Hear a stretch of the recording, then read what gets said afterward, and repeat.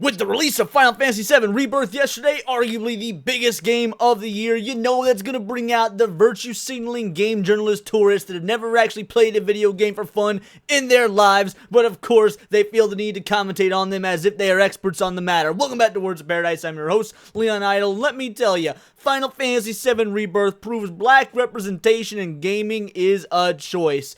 This is one of those articles you look at, you do a double take, you consider whether or not it's even worth covering, and then you think, you know what, I bet there's some fun to be had with this. So before we get into the article, go ahead, hit that subscribe button. I'm a nerdy news channel, I cover nerdy news every day, and with free speech at an all-time low in nerd culture, it's up to me and channels like mine to get the news out there and get gaming and nerd culture back to what it used to be. So let's go through this and see what hilarity ensues. Final Fantasy VII Rebirth steers inclusion in the right direction by providing black diversity in its living world by Gerald Levy. Now, how much you want to bet we can just, there it is. Gerald Levy, he's about what you'd expect when you take a look at an article with this sort of title and you think, oh yeah, twinkie black dude who's probably grown up, never playing video games in his life, but want to commentate on politics and this is the closest he'll get? That sounds about right. Are you looking for a JRPG with black characters? For main characters that have dark brown skin? Well, you might as well get that notion out of your head, as if we've not had black characters in JRPGs for the last 30 years. Also, for main characters that have dark brown skin, why would you be looking for that? Why would anybody be looking for such immutable characteristics about things that don't matter? When you play a JRPG, you should be looking for things like, I don't know, the story, the replayability, the magic system, or the way the game plays in general. All the things we love about JRPGs that have made them a mainstay here in the West ever since the days of the good old Nintendo Entertainment System, the NES, and honestly probably perfected in the Dreamcast PlayStation 1 era. But you know what?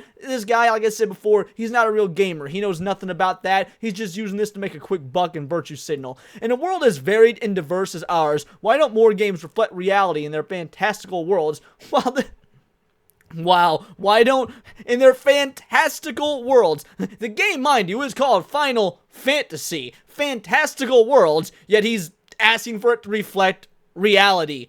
The two things are the polar opposite of one another. Reality and fantasy are literal antonyms. I cannot believe that they would use, that this dude is such a poor writer, he would put those two words together and think that it actually makes a cohesive sentence.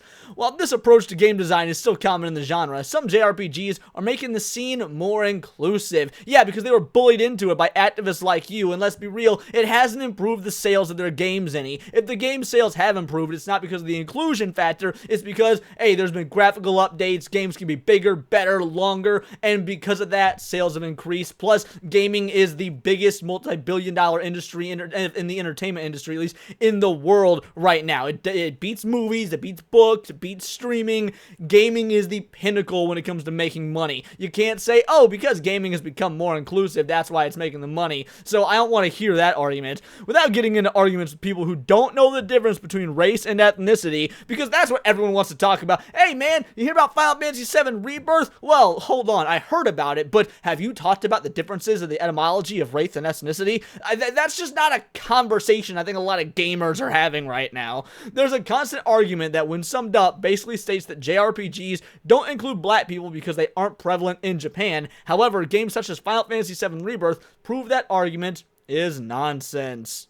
Of course, there's more to it, including unconscious bias, concerns about sales, and general backlash for black characters leading games. You hear that, Japan? You hear that, all you Japanese individuals, again, which is 1.6% of my viewers, give or take? You have an unconscious bias against a large group of people that you probably don't even think about on a day-to-day basis because it's not part of your general everyday culture, if I had to wager a guess. A good example of this is complaints Forspoken was treated unfairly due to having a black female lead. The game was treated poorly because the game was a poor game. It was a crap game. It played like crap. It ran like crap. It had a crap story and awful dialogue that drove so many people, including lots of black folk, as I recall looking at on Twitter, away because the game was everything wrong with the MCU, but in a JRPG package. And it wasn't even a JRPG, just it was Square Enix. It was led up by their American division, but that's neither here nor there. J.N. Lopez of Black Girl Gamers, because I bet that website's going to stay in business for the long run, mentions how some of the complaints leveled against the game were specifically because Frey was black, with an audience that may be advanced diverse to black characters in games, how does a game like Final Fantasy VII change that perspective? I bring all this up to lay out the causation before expounding on how some games have slowly started to find a solution. Look at this homeboy trying to sound intelligent. Again, you look at him, look at his, oh, look at that nice plaid blazer that he's wearing, and the fact that he's holding a coffee cup. All that's missing are some prescription glasses that came out of the 1940s. He's trying to say, look how smart I am. Lay out the causation before expounding on Hunts. You are, bro, you're faking it. You're a poser. You're a poser to the gaming industry, and frankly, I'd say you're a poser to journalism, but real journalism is dead nowadays anyway, so you fit right in with the crowd. Final Fantasy, for example, has an interesting way of creating a party of characters that appeal to a wide range of ethnic backgrounds. You're right, they do. And they've been doing that for about 30 years. When you first see Cloud, Tidus, Zidane, by the way, Zidane, best Final Fantasy main character, don't care what anyone says, Zidane is the best. Final Fantasy 9, better than 7 and 8, you heard it here folks, subscribe to that hot take alone. Or Squall, for example, Western gamers will most likely relate to them as being white, with a separate ethnicity. Bruh, when I played all these games growing up, never once did I think about their freaking skin color. I thought about how cool they were, how stoic, how badass, or in Zidane's case, the fact that he was not that. He was the rare character who was like Goku, who I idolized growing up. He was all happy-go-lucky and go-get-em style. Like, there's literally nothing about me as a little white boy that thought about the ethnicity of these characters. But you know what? Maybe I'm being a bit unfair with this.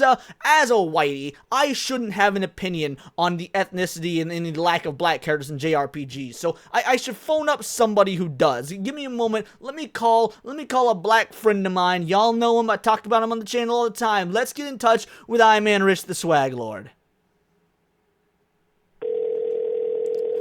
Hey, yo, I-Man, you there? Yo, Leon, Rise of Paradise, what's good, my brother? Yeah, no, not bad, man. I had a couple questions for you if you got a minute. What's going on? So as you know, I'm a white guy. You're black, right? That's what they say on like my social security and all that. It sound black, yeah. What's up? Okay, cool. So you know, I was looking at this article talking about diversity in Final Fantasy VII and how it's, you know, it's optional for JRPGs to include black people. What? Have you ever felt misrepresented? Because I know you're a Final Fantasy fan. Do you wish there were more black people in those games growing up? Wow, that's a loaded question, bro. Like, That's okay, a hell of a loaded question. How long you been playing JRPGs?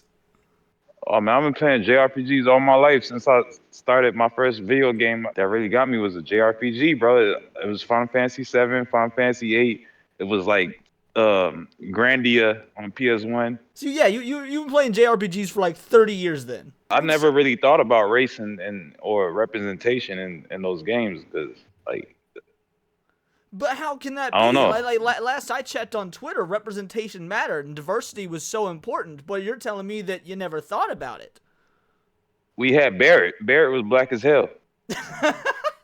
But he was like he was like a parody, but he actually had a story. So it doesn't matter. Just I don't like pandering in gaming. Don't pander to the groups.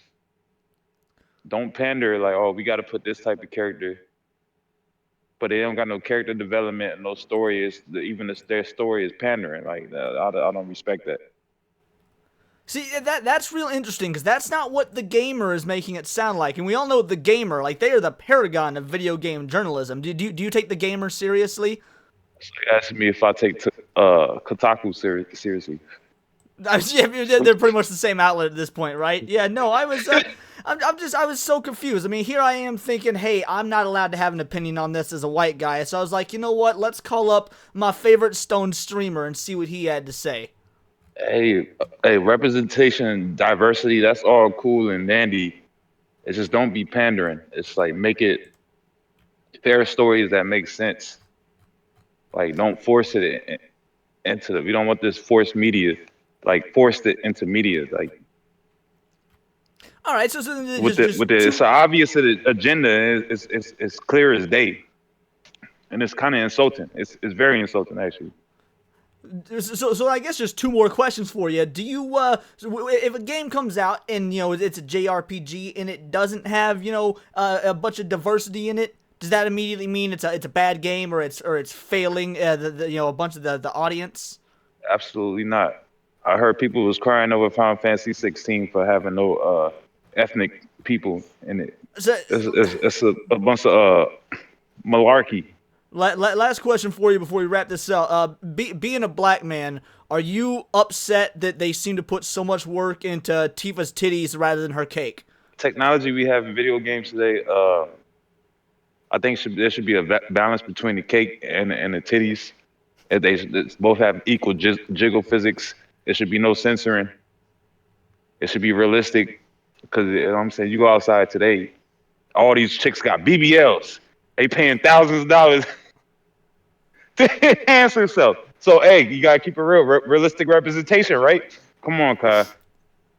I man, you were the best. Thank you so much, brother. I'm gonna get back to this article. Shout out, everyone All right, I subscribe appreciate to you, I Man Leon. versus Shout out to Swag Worlds of Lord. Paradise, man. Yeah, no, I love you, brother. The description's sir. gonna be in the bio. Man, you have a good rest of your night. Enjoy Final Fantasy VII Rebirth, bro. Well, you heard it here first, folks. If you didn't like the opinion of the white guy, then you got it from the black guy. Nobody cares about race or ethnicity. We care about pandering, and as real gamers, people who aren't tourists, we care about good games. We care about the functionality, we care about the story, we care about the gameplay, we care about the characters. We don't care about skin color. We don't care about what's going on in the bedroom behind the scenes with all the LGBT activism and whatnot. We just want to have fun with our games and get this virtue signaling the hell out the gaming space. These types of individuals, these journalists, have destroyed gaming. They've destroyed the landscape. They have made talking about games insufferable to the point to where I, an avid gamer my entire life, had left gaming for about 2018 to 2022 because of the absolute cesspool that modern day game journalism had turned it into. And apparently I'm not alone, and I certainly don't hold those opinions on account of my whiteness, or else me and I-Man probably wouldn't agree so much. It doesn't matter that he's just an absolute cool dude. But yeah, speaking of, subscribe to him, because for him to do this for me was awesome. Dude has been killing it in the streaming game, so I would appreciate if you went and supported my brother out there. And while we're at it, these are my opinions. I want to know yours, so hit that subscribe button and let me know in the comments down below, or let me know on X where you can find me at Bolt the Word. Please do subscribe. I'm a nerdy news channel. I cover nerdy news every day. And check me out on Instagram at wordsofparadise_Leon. Also, become a member. Join the Discord for $4.99 a month, because then you can actually choose the articles I go over. We can talk and about all the different things going on in nerd culture that interests you. You can also use discount code VITALIDOL at the merch shop. Get yourself a t-shirt or a mug. Tag me in it on Instagram or Twitter. I would love to see it, but until next time, it's all here in the nerdosphere. This has been